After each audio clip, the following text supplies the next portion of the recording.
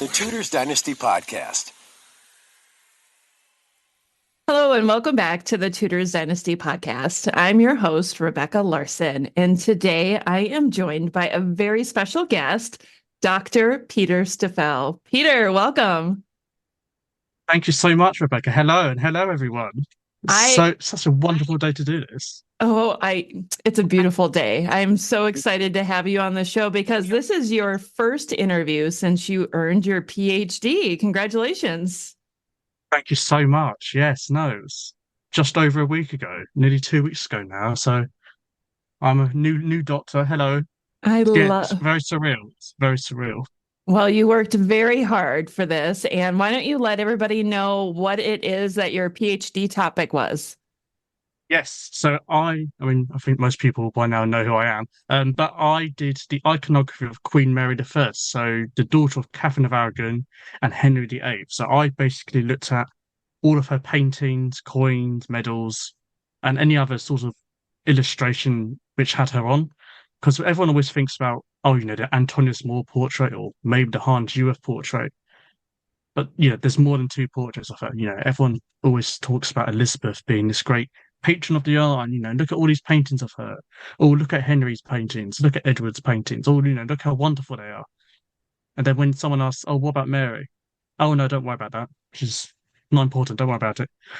But yeah, no, so she is very important. As the thesis explained, yeah, there's loads of portraits of her. And she's she's a global icon, really. Much better than her cousin, than her brother and sister.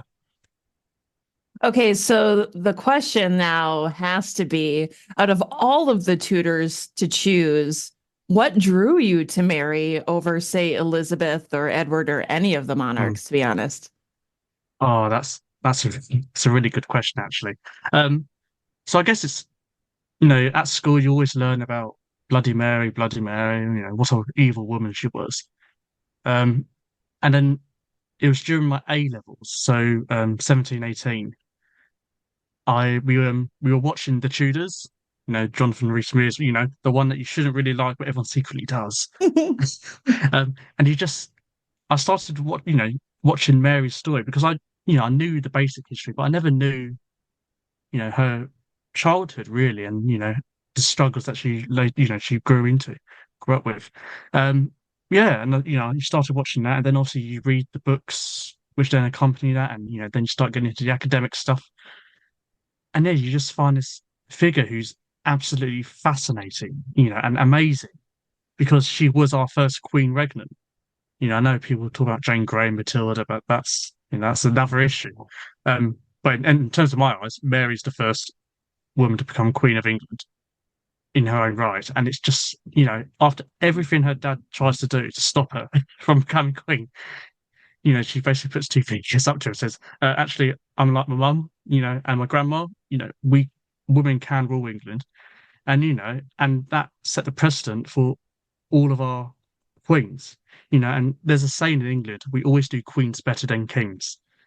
And I think that's true, especially the last couple of years. We obviously had the death of Queen Elizabeth, and you can't say she wasn't a good queen. She was absolutely fantastic. It's so yeah, we do queens better, and that's all thanks to Mary. I love that you brought up her mom and her grandma because this is a topic, as you're aware, we've discussed a lot on the show recently with Dr. Emma. And I think that has been a real eye opener for me when it comes to Mary, because we've been led to believe that she was this, oh, poor figure who had such a terrible life. And then she killed a bunch of people. And oh, well, let's move on to Elizabeth. Really? Yeah, no, exactly. It's crazy. It's absolutely, you think about what she wasn't just Queen of England, and we'll probably talk about it later on. I know Emma's spoken a lot about it. She was Queen of Spain, Netherlands, Austria, got the Archduchess of Austria, all of those titles after her. She was technically Queen of, America, or what would become America. No one seems to think about all of that, and it's absolutely crazy that no one, apart from the last 20 years, people have finally woken up and thinking, oh, actually, no, this woman is actually quite important. whether or not, agree with her policies or not. That's not our right to decide, because they're all brutal back then. No one really wants to go back there. No, well, not unless you're always going to be on the right side, but it's crazy, you know. So I can't judge her for what she did, right or wrong, because that's not our right. We're just there. Right, this is what happened, whether you like it or not. It happened. Now you have to see, well, why did that happen? And, I think that's also our jobs, really. Yeah.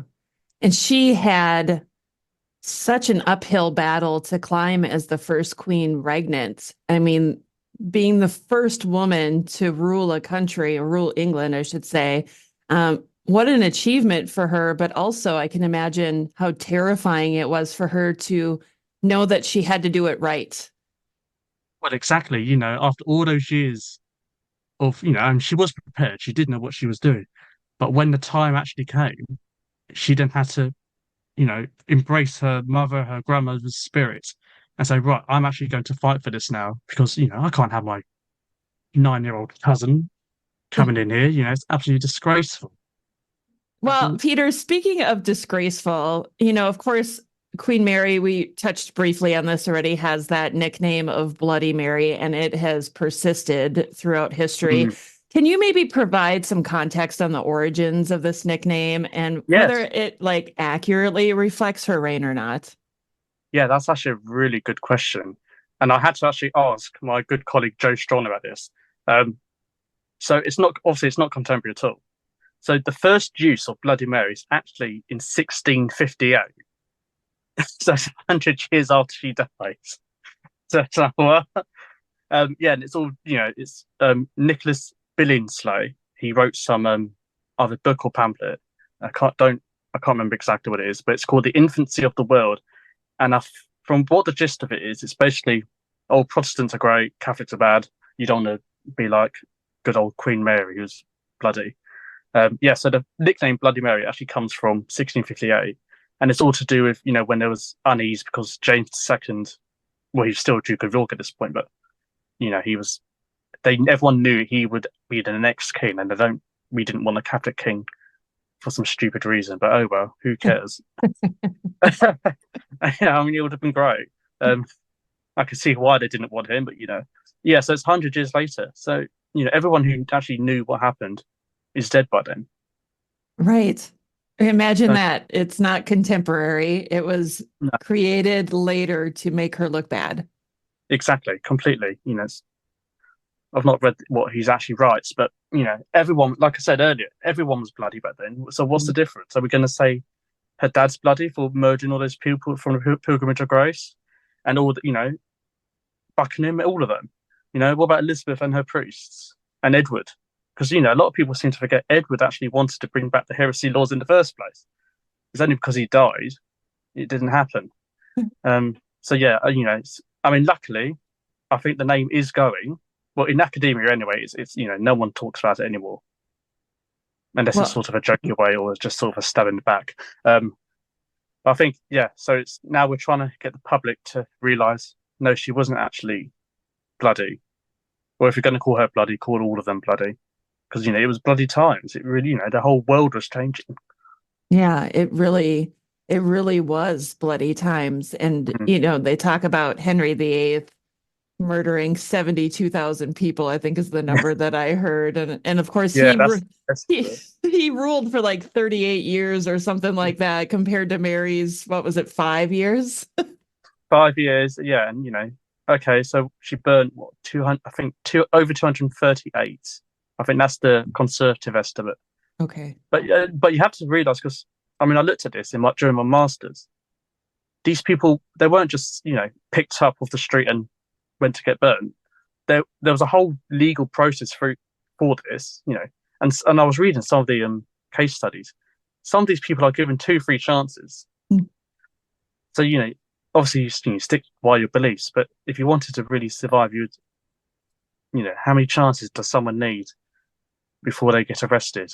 And I mean, you can see that people don't really want to do it, but they're given very little choice. Right. They didn't Yeah, have the strong convictions that maybe Mary had when her father tried to get her, Mm. to, admit that she was a bastard, basically. Exactly. It's crazy. Like I said, crazy times. But yeah, and a lot of people seem to always think, oh, she's to blame for everything. Okay, she can't. She didn't even come up. She revived an earlier policy, but Parliament allowed it. They could have stopped it because they stopped other things that she wanted doing. They stopped that. They allowed that to happen. You then have obviously the judiciary. They all allowed it, and it's okay. 238 people unfortunately perish. But how many more people would it have been if it had been the other way round? I went to a play, a brilliant play by a now good friend of mine, which is just closed down for it, and it was all about Jane Grey, Mary, and Elizabeth. If they had this secret meeting the night before Jane would be executed, and there was this wonderful monologue by Jane saying that she would go around the country butchering Catholics, and it really struck to me, thinking, her government probably would have done that if it'd been the other way around. But we'll never know. We'll never know what would have happened. But yeah, I think we need to sort of take the burnings into their context, and never mind, think of the European context. How many did Philip burn? Or maybe not burn, but how many Protestants were executed in Spain, the Netherlands? Even in France with the Huguenots. St. Bartholomew's massacre. It's all of those. Everything has its context. Unfortunately, these people died for their beliefs, which modern day sensibilities. You wouldn't think that's right, but you have to remember back then they thought it was the devil's work, and they were petrified of it. They were completely petrified. I can only imagine how scary it would have been to live during this time merely because of your religious beliefs. I mean, most everybody in England was Catholic under Henry VIII until he decided to change that. Yeah, exactly. A lot of people seem to forget when Mary actually acceded the throne, most of the country was still Catholic. It was only the minority, the nobility. And I don't know if they were actually genuine in their beliefs or they just thought, oh, this is good for profits. How much land did they receive out of this? And obviously, if your lord, if your gentry or your lord of the manor is a Protestant, then obviously those within those small circles, the local community, they may be influenced by that. Obviously there were a few radicals, which actually reminds me, like a lot of the people, well, a few of the people who were actually burnt were Anabaptists. And Protestants and Catholics both hated those. So it's like, well, they would have been burnt either way, or at least executed. Maybe for treason or something. So I think, yeah, so I guess that's the mistake she made. If she did what Elizabeth did and called it treason and not heresy, then maybe we may not even be having this conversation because we think, oh, they were traitors. That's an interesting thing that you bring up. Can you maybe, for the listeners, describe what the difference is between treason and heresy? I can try. Yes. Who knows at this stage of time? Yeah. No. So treason is obviously it's a crime against the monarch, head of state. We still have it today. I assume all countries have some sort of resemblance of it. It's a direct attack on the monarchy, a complete direct threat. Like I don't know, Anne Boleyn was accused of treason because apparently she obviously apparently slept around with lots of men. Obviously she didn't, but that's what she was accused of. So that's a direct attack on the king. Or if someone has a rebellion, that's a direct attack on the monarch. Whereas heresy, it's very much more you're against God. It's an abomination. It's the devil's work. You don't accept what the church teaches. And you've got obviously different levels of it. It's minor heresies. You may have a strict word with your priest or something, or you may be punished. Some cases. I think there was a local woman in Ashford, Agnes someone, and she started doing minor heresies, and she was ordered to go around the parish church, and I think someone might have whipped her or something. But she was forced to go around the church 3, 4 times. I can't. I don't know. She may have been stripped. I can't remember. Or then she had to then write a letter saying, "Oh, how wrong she was about transubstantiation or something." But obviously, that's a major heresy. Yeah. So basically, heresy is you're against God, and treason is you're against the king. Loads of people are going to correct me saying, actually, it's this, this, this, but trying to make it back. That's the basic difference, I guess. If we're going to simplify it, that is the most simplified. For those who aren't experts, heresy, God, treason, king or queen. Yes. Yeah. Thank you for explaining that. One of the other things I want to touch on too is we have the reign of Edward VI, right? And the political landscape around him is muddled by his uncles and John Dudley and the reputation that England starts to receive during the reign of Edward VI. And then he unexpectedly dies. Jane Grey comes to the throne. There's all this chaos, right? It's probably making England look pretty bad.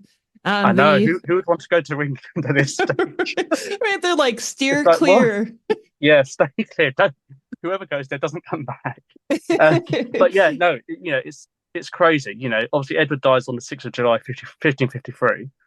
And no fault for Jane personally, even though she wasn't as innocent as everyone thinks she is. She's as much of a zealot as all of them. Obviously, she's then proclaimed queen. But this is where obviously I differ, because in my head canon, you can't. Okay, you can proclaim someone as queen. Doesn't mean they actually are queen. So as soon as Edward dies, Mary is queen by the king, the queen's two bodies, or if you want to talk about the crown, the crown transcends from Edward to Mary straight away, no questions asked. Obviously, then people say, "Oh well, Jane, what about Jane?" Yeah, but okay, you may be proclaimed. Doesn't mean you actually, like I said, doesn't mean you actually are. So Mary and Jane, or Jane was proclaimed queen. Mary was the actual queen. Also, you have that whole, 13 days really. She wasn't a 9-day queen. She was a 13-day puppet, I'd like to call her. sorry, Jane fans. I do appreciate Jane, but she was we all know she was a puppet, very strong-willed puppet, but well, she was seen to be a puppet. Let's put it that way. She wasn't a puppet personally. She was a very strong and independent woman by her own right. So obviously you have all that. So that's the massive, the first challenge, which Mary, she's victorious. She doesn't even need to fight, because everyone already goes to her. And Dudley then realizes, oh, okay, I think I've miscalculated here. To his peril. Obviously you have Jane's father, who's less off the hook. He's thinking, okay, so you've tried to put your daughter on the throne. And this is lovely. A lot of people seem to forget how merciful Mary actually was to a lot of people, especially in the beginning. There were, I can't remember what ambassador it was. It may have been Renard, the Spanish ambassador, or maybe the French. It was one of them. And they said, she's actually too merciful. We don't like that. If it had been anyone else, they would, the people would have been executed. But she's let them go. Well, that's a sign of weakness. Well, it's not a sign of weakness. It's showing she's merciful. She wants to have a clear start, clean start. Let's forget what's happened with my dad and my brother. Let's start again. Start afresh.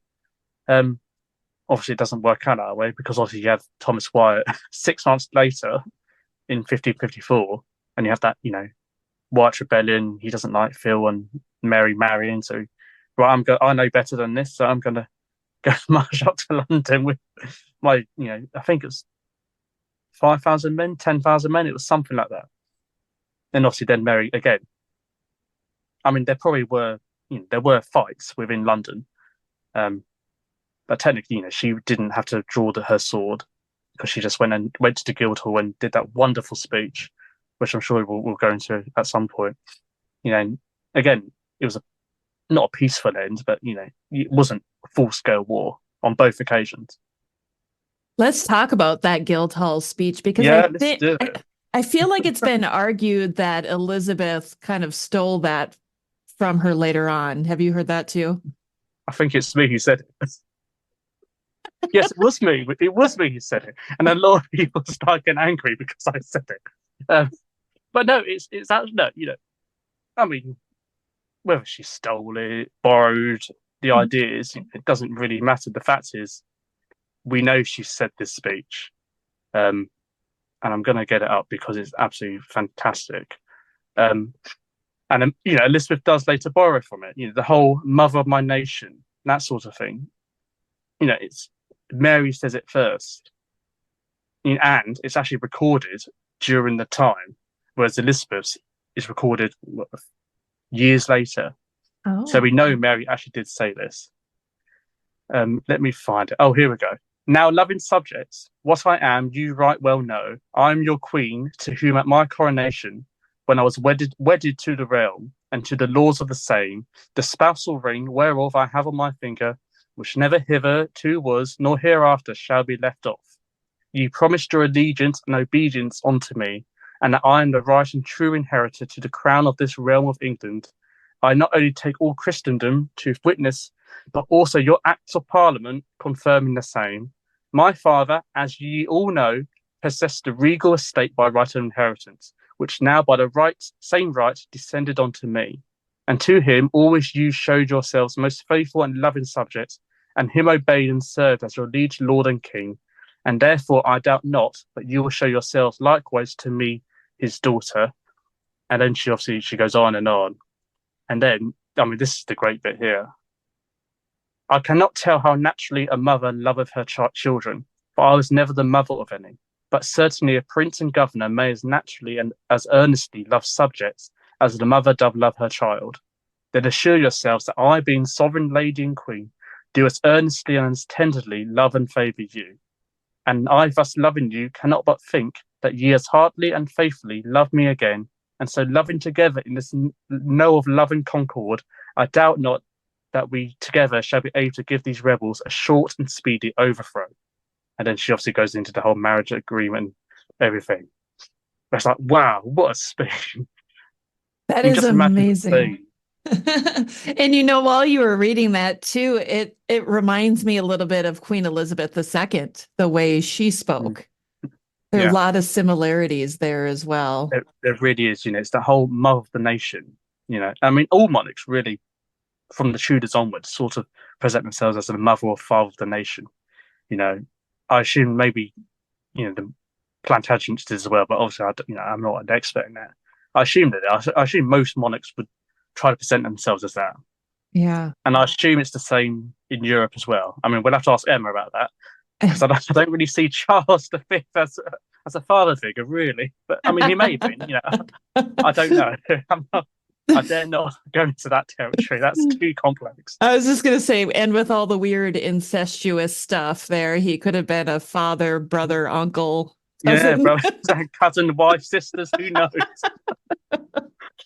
That's the Habsburg for you, though. Actually, no, it's actually really interesting. Just going personal on this.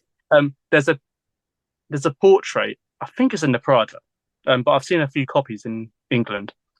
So Charles V has an illegitimate son called Don Juan of Austria. And someone actually told me that I looked like him. And I thought, no, really?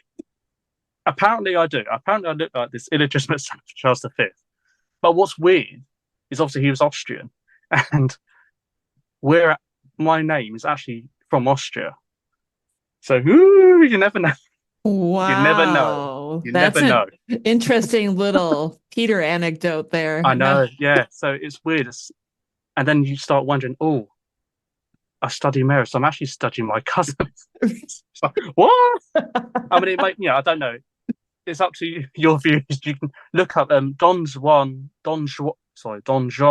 or Juan of Austria. You need Emma to pronounce the names. I can't do it. Yeah, we'll do a side by side of the two. Yeah, do a side by side. Apparently, it's the eyes and the eyebrows. Oh, that's all it takes. That's all it takes, apparently. I can't see it personally, but everyone else seems to think it is. So, you sure it wasn't Photoshop? So, no. That's hilarious. I mean, the poor guy. I think the poor guy died. He died in his 30s. So, no.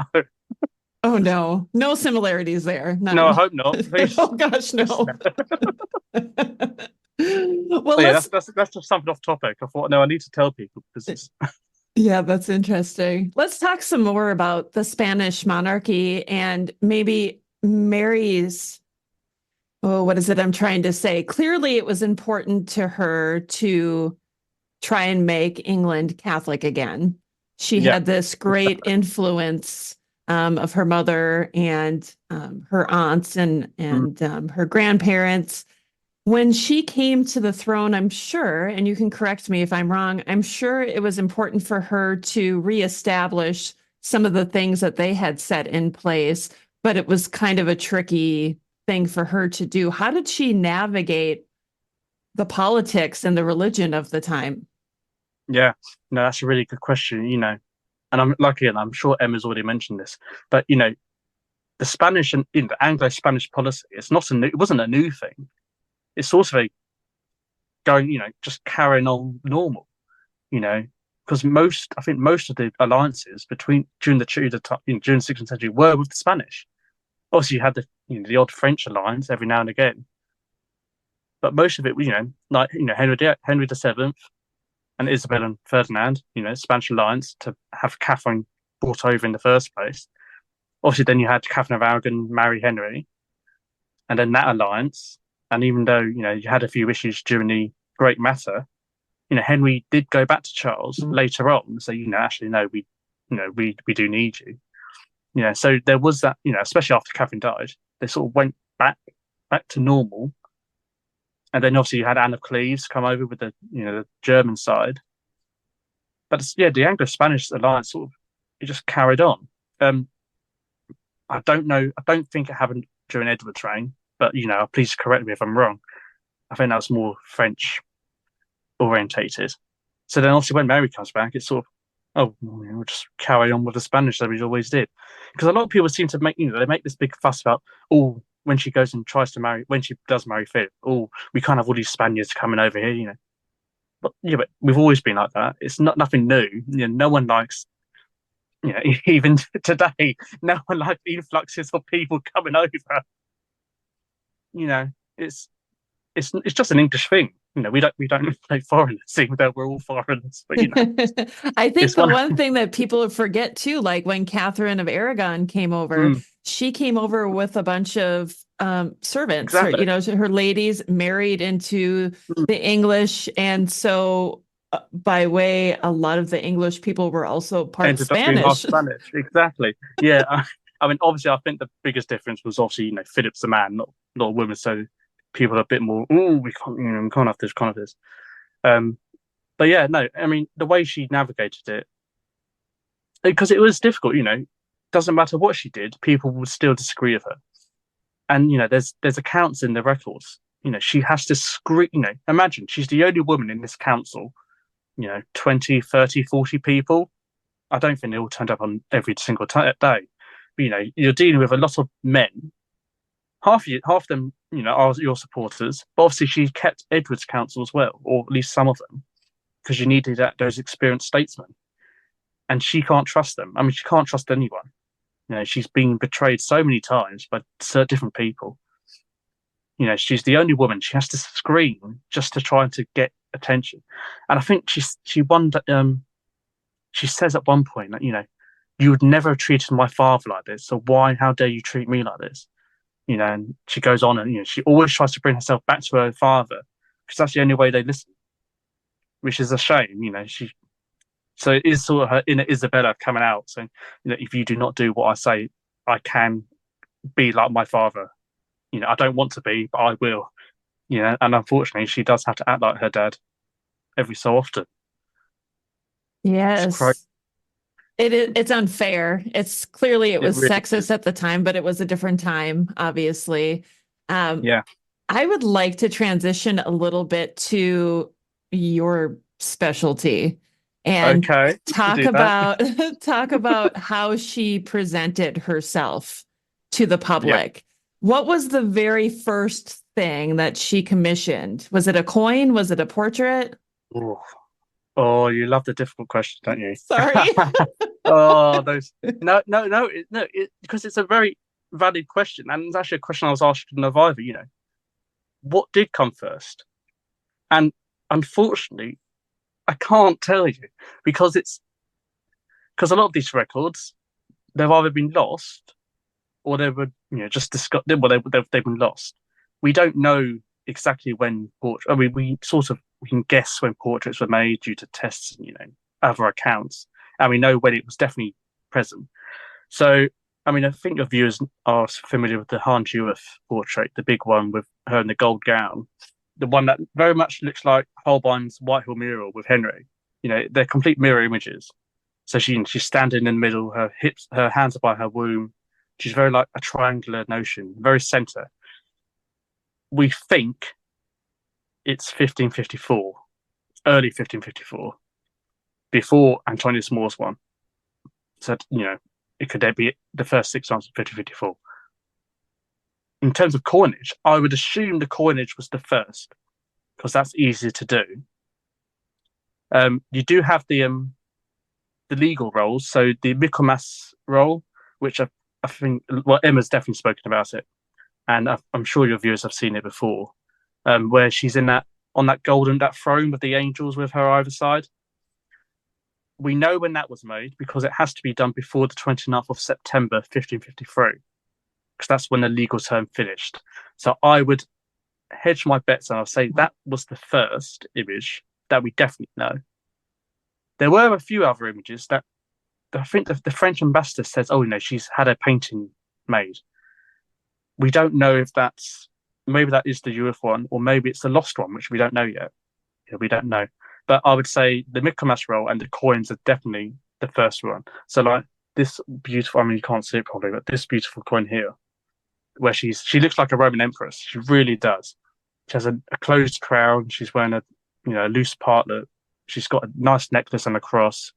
Very imperial looking. And obviously that's the image a lot of people would see. We always talk about these beautiful paintings in stately homes, but no one's going to see them. I mean, you'd have the court will see them and the nobility, yeah. But the normal people won't. The only time they'll probably ever see their monarch is on the coins. So that is actually the most important image that she has to make. So I would assume that was one of her first commissions, because we do know one of her first parliamentary acts is to reform the coinage, because obviously Edward and Henry had debased the currency so much that half the coins were worthless. It's why a lot of anyone who finds Henry coins now, they always say, oh, they're really damaged or they're green. It's because they're made of really cheap metal. They're not worth any. They're worth a lot now, but obviously back then they're not worth a lot. They're worth half of what they're meant to worth. So obviously one of her first acts is to reform it, bring all the dodgy coinage back. It's remint it to the correct standard of silver or gold or whatever it is. So, and showing good coinage with a good figure of your monarch, that's a good sign. It means a healthy economy. It means, stability. Yeah. And like you said, most people would only know her from the coins. I think it's easy for us to forget in modern time that they didn't have the internet. They couldn't look at all of these portraits. All they had were these coins. And they probably didn't even know what she looked like unless she came to their village and there was big pomp and circumstance. Well, exactly. And actually, I'm going to talk to you about this event because I find it fascinating. A lot of people still don't know about it.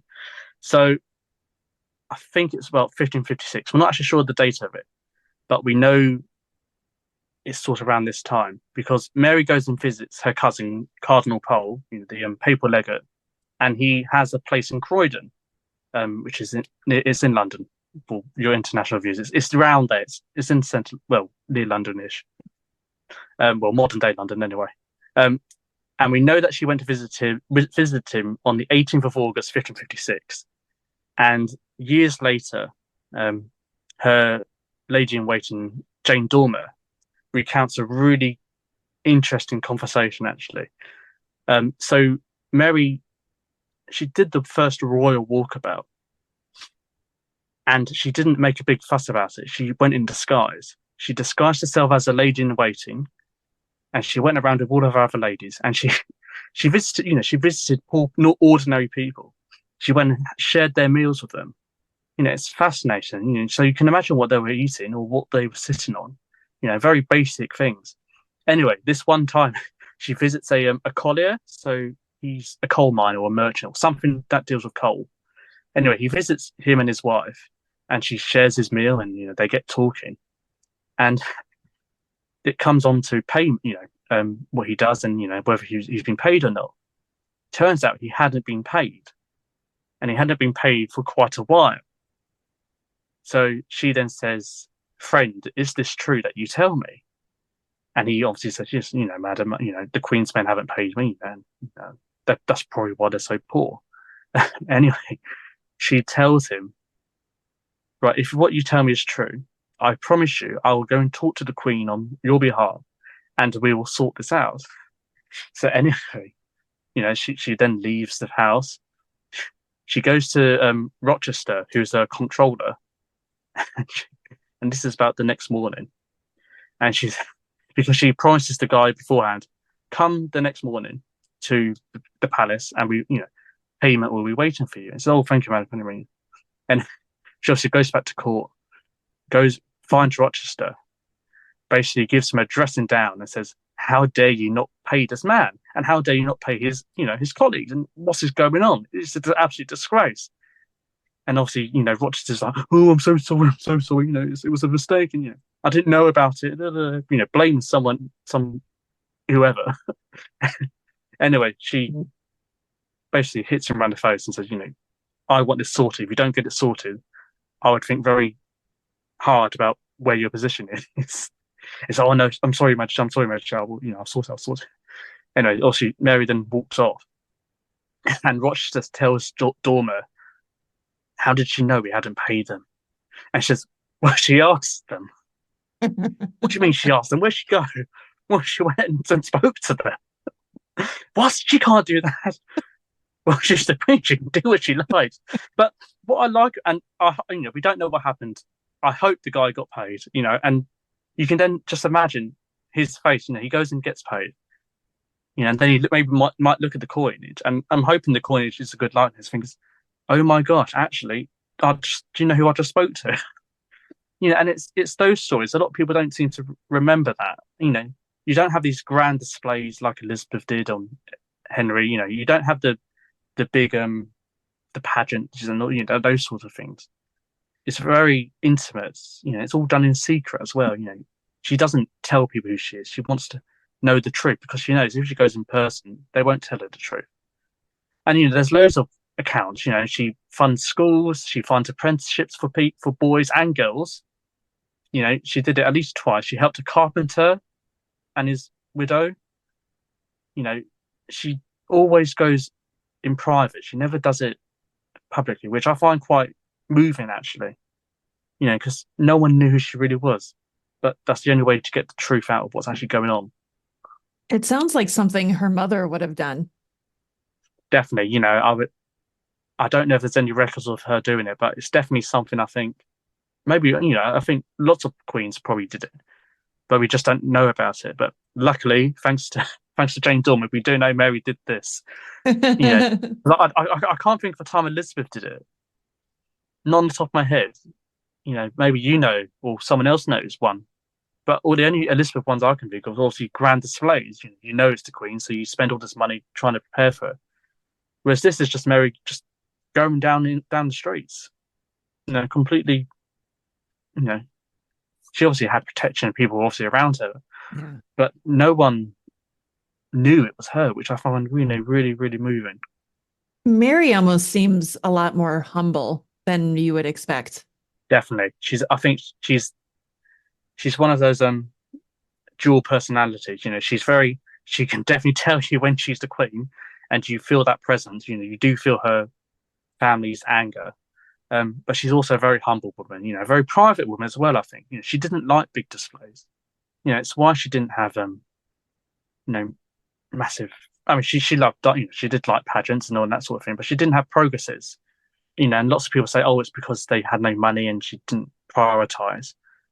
But she probably just didn't like she didn't like them. And she knew if she'd actually gone to these things, and did these things, she'd just meet the same old people time and time again. Whereas if she did all these little private things, she'd actually get to the heart of what's actually going on. What are people's priorities, and how can she best sort those out? Yeah. And I think she was probably suffering with some health issues too that would have limited her from doing that. Definitely, she did suffer from a lot of health issues. From of that we know, Yeah. and I know we'll probably go and talk about that later. But yeah, she and just you can think, without anaesthetic and all modern medicine, think how much pain she would have been suffering those illnesses constantly. It's not, I'm surprised she managed to do anything because she was in a lot, she was in pain quite a bit of her life, Right. whether that mental or physical, and she still achieved what she achieved. It's remarkable. I mean, look at her father dealing with all the pain that he was in near the end of his life and how Mm. he lashed out at people. And I feel like we don't see that from her. And I wonder if that's just the pressure of being a woman too. Yeah, no, exactly. You just have to carry on with it, don't you? Yeah. It's crazy, yeah, because I mean, she probably did get, she did lash out. We know she lashed out. She did have a Tudor temper. Mhm. But, do you blame her? She doesn't want to be dealing with some idiot man when she's trying to deal with her own personal problems. And, it's crazy. I mean, there's another account. Um, it's just before the marriage. Well, it's during marriage negotiations. And who was it? I think it was the leader of the House of Commons or the House of, well, I assume House. Well, anyway, the House of Lords, House of Commons. It was one of them, and he went to the Queen and said, we can't support this marriage to Prince of Spain. It's absolutely ridiculous. And she obviously, I mean, at this time, normally it would be the Lord Chancellor to respond to that sort of request. Mary shouldn't have to do it. And Stephen Gardner's about to say something, and Mary then stands up and belittles this poor man and says, "How dare you talk to me like this? You'd never spoken to me, my father like this. Does a monarch not have a right to choose who they marry? If you force me to marry someone else, I will die in 3 months." She threatens him, and the poor guy's like, "Oh my God." Anyway, he then gets escorted off. She then turns to Gardner and says, "How dare you make me put myself in this position?" He said, "Oh, I'm so sorry, Majesty. I'm so sorry." And then someone, I can't remember who it is, but someone next to Gardner then says, "Well, I think the Queen's just taken your job, sir." Because obviously it was his job to reply to the statement, but she took advantage of it. And it's like, she's just surrounded by idiots. Right. I mean, Right. well, I say idiots, they're probably very clever people, but they don't think. They don't Right. think, oh, she is an experienced diplomat. She's been looking after diplomats since she was about 6 years old. She knows how to deal with these things. She knows her cousin very well. She knows how Charles works. She probably didn't know Philip that well, but she knew how Charles, how his mind worked.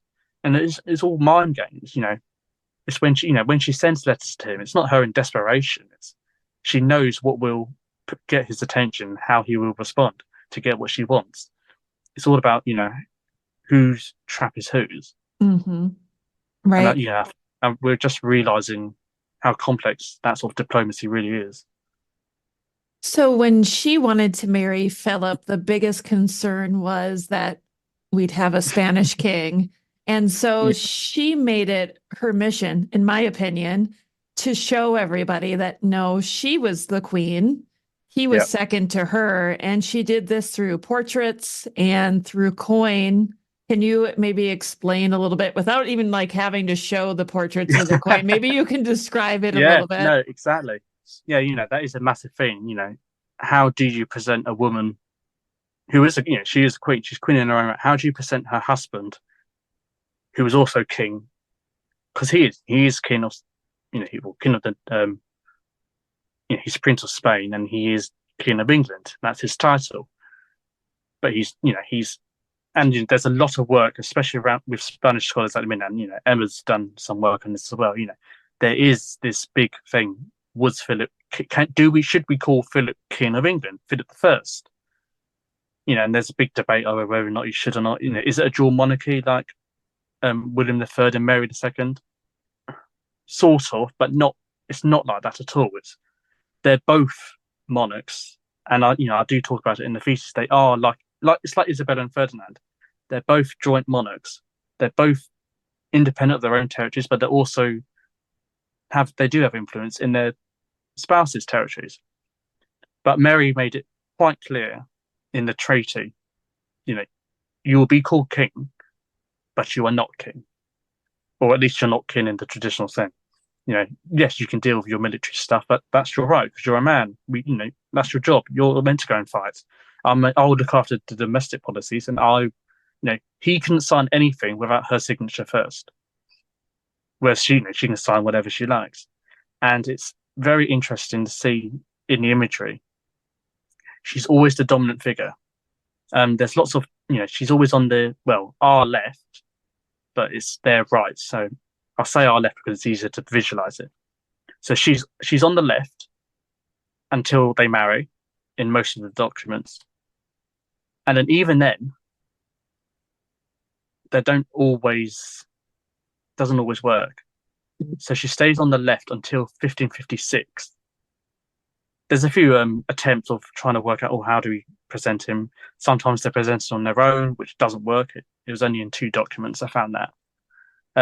It's only when he becomes king of Spain they swap the positions. He's then on the left, she's on the right. But he only holds the scepter 2-3 times, top of my head. She's always holding the scepter, and in my eyes, the scepter is more powerful than the sword, because the scepter is a sign of kingly or queenly, kingly authority. The sword is just military might, And like I said, that's Philip's job. He's the man. He's meant to go and fight these wars.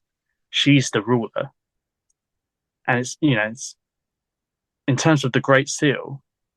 There's a lot. I've done a lot of work on seals in general with how the process was made. But Philip's not on it again until 56. So it's not until he becomes king of Spain, and even then, he doesn't last that long on it. Maybe, and I'm trying to prove that in a minute. But there's a lot of concern about how do we present Philip in all these things. And then on the coins, we spoke. Most people just see Philip on the coins. He's only presented on 2 denominations: the shillings and the sixpence. He's not on the groats. He's not on the pennies. He's not on the gold coinage. So it's clearly just for those who know. So like shillings and sixpence are probably trade. Their merchants are going to be using them to, and they're going to obviously travel into his kingdoms. So it's probably they want to see him on there. But the groats, the pennies, the lower denominations, which most poor people will be using, well, they're never going to see him on it. I mean, they've got his name on the groats, but people are more focused on the image, aren't they? They're not going to look at the writing. And obviously the gold coinage for the nobility, well, they don't want to see him on it, and they don't see him on it. So it's that very like middling sort of people who actually have Philip on their coinage. So it's really interesting, and it is a battle. There is a big battle over dominance in imagery. But you'll have to wait for the thesis for that. Well, I want to talk about one portrait in particular because I saw it again online yesterday, and maybe it was Emma that posted it. It's the one of them as a couple where they're like body proportions are weird, and she's sitting, and he's standing, and he's kind of like sitting on the arm of the chair. Yep, I have a really good theory on that actually. It might be gobbledygook, I don't know, but yeah, because I've seen it. I've seen the picture in real life. So actually, I'll ask you, what colour dress do you think she's wearing? Oh gosh, now I got to picture it. I want to say gold. Yeah, it's gold. And what's the other colour? I'm just going to take an educated guess here and say black. That's interesting. So a lot of people say it's black. So obviously I had to go over to the painting and get as close as you could get without them taking me away. It's actually dark blue. Oh. So she's wearing blue and gold, and her personal colours were blue. So it's nothing to do with because a lot of people say, the black and gold are to do with Habsburgs. Well, no, it's actually blue. So her dress is blue and gold.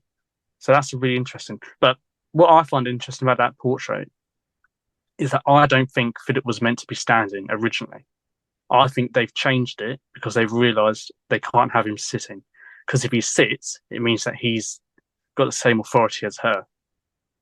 But if she sits and he stands, it means she's still got the authority because the monarch can sit first. And only the monarch can, you have to stand in front of your monarch unless you're invited to sit down. So I think there's obviously a power move going on there. Obviously, you have the joint titles, and it's a wonder. It's a beautiful painting, it really is. But we don't know who painted it. We know it was painted in 1558, and we don't know who it was originally for. Was it for Mary, or was it for a member of court? Who actually commissioned it? We just don't know. And I'd love to find some. If I was a millionaire, I would go and get it tested, and we would find out all these answers. Was Philip changed during the process? I think it was, because the chair doesn't make sense where it is, and the way he's standing looks like he's meant to be sitting, but they've moved the chair or moved him, or they've done something. Yeah. That's why you got those weird broad body proportions. Yeah, it is very okay. So, what is your theory then on the two dogs down by her feet? Yeah, I mean that's just to show it's an alliance. It's a marriage alliance. It's to present fidelity. She's not going to cheat on you, Philip. Don't worry. Philip's not meant to cheat on her, but we know he did. Yeah, it's all about strength. It's about this union of two powerful countries. Yeah, and because they are king and queen of Spain at this point. Yeah. So was it for a Spanish audience, or a European audience, or was it for an English audience? It's very because that would then determine whether or not there was a mistake in Philip or an alteration, or if it wasn't. It's really interesting. I'd love to do more work on it if I could. You know what I was just thinking? Mary never had a coronation in Spain, did she? No, she didn't, which is really unfortunate. I know. Could you imagine if she'd lived longer? I wonder if she would have, if she'd been able to go to Spain and make sure she actually still had a throne when she got back. Right. Yeah. Well, that was the trouble, wasn't that? That is the trouble. It's stupid. Like, she should have been married long before she was. Mm-hmm. She may have been able to then visit Spain or wherever she'd gone, then understood. She maybe had more respect then. But if she had been more stable, would she have gone over to Spain, and would she have been crowned? I mean, there are images of her in the Netherlands. Obviously, that was owned by Spain at the time. So no, she was never crowned, but she did have a funeral. They did honour her with a funeral. Obviously because it was a joint funeral. It was hers, Charles's, and Mary of Hungary's. Philip and Ferdinand both gave her a funeral. It is a funeral really, because that's what the documents say, but it's more of a memorial service, I guess, really, for our context. Interesting. So she did, yeah. So she did have a memorial. So she was important in Spain, and more important than we probably give her credit for. Oh, definitely. I mean, I don't think she interfered with the politics as much, but she wouldn't, because that's Philip's job. That's why he's over there. That's why he's in the Netherlands. But I think I would like to think that they did think of her as their queen. Actually, they did, because I can't remember who said it, but there was I was reading it earlier actually, and they were saying it was some ambassador, and they said, why can't Mary just be our queen, like in total? Why do we need Philip? Because she does a better job. She's a better example of kingship than both Charles and Philip. We don't like Charles and Philip, but we like Mary. So so you do think, could she? How widely was that belief? Did the population actually like her more than their own king? Mm-hmm. We don't know, but she was their queen. And I'd love to find some evidence of visual culture in Spain of her. I've not found any yet. There's none on the coinage, but they don't really put their monarchs on their coins, so you can't really look too deeply into that. Mm. But if Emma knows any, please let me know.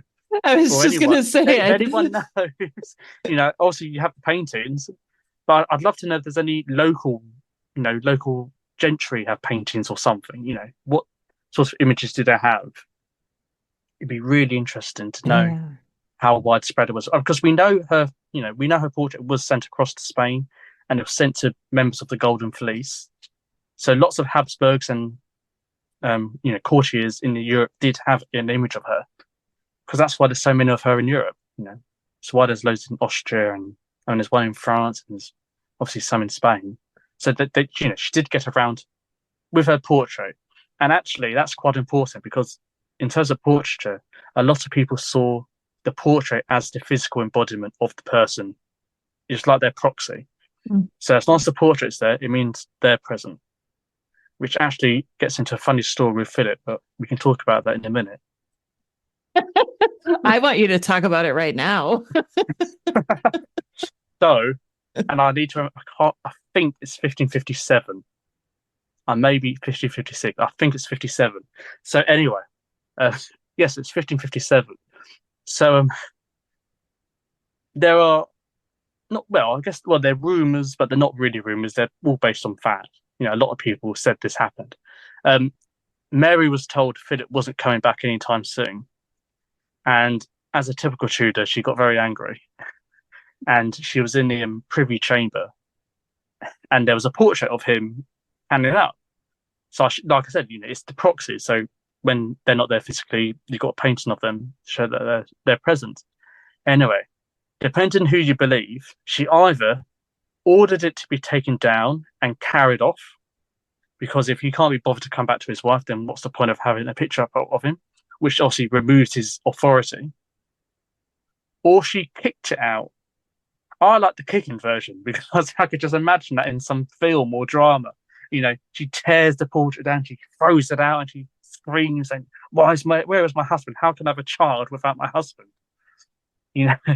So, portraiture was very important. And obviously people then found out about this, and they said, she's hysterical because she's doing this. But no, what she's actually doing is removing Philip's authority completely. Good for her. I probably would have done the same thing. I can imagine. I think we all have done in that case. I think nowadays we do things like throw darts at pictures, burn them. Yeah, exactly. It's exactly that. It's the early modern equivalent. Right. Oh, Peter, I've been having so much fun chatting with you about this, but we've been at it for a while, and we're going to join up again. It does. But we're going to have a future episode with you and Emma, and I think Melanie as well. That's going to be just as interesting. And fantastic. We'll talk more Mary in that episode. But until then, Peter, thank you so much for coming on today and talking about this amazing Queen Regnant that doesn't get the spotlight that she deserves. You're very welcome, and thank you so much.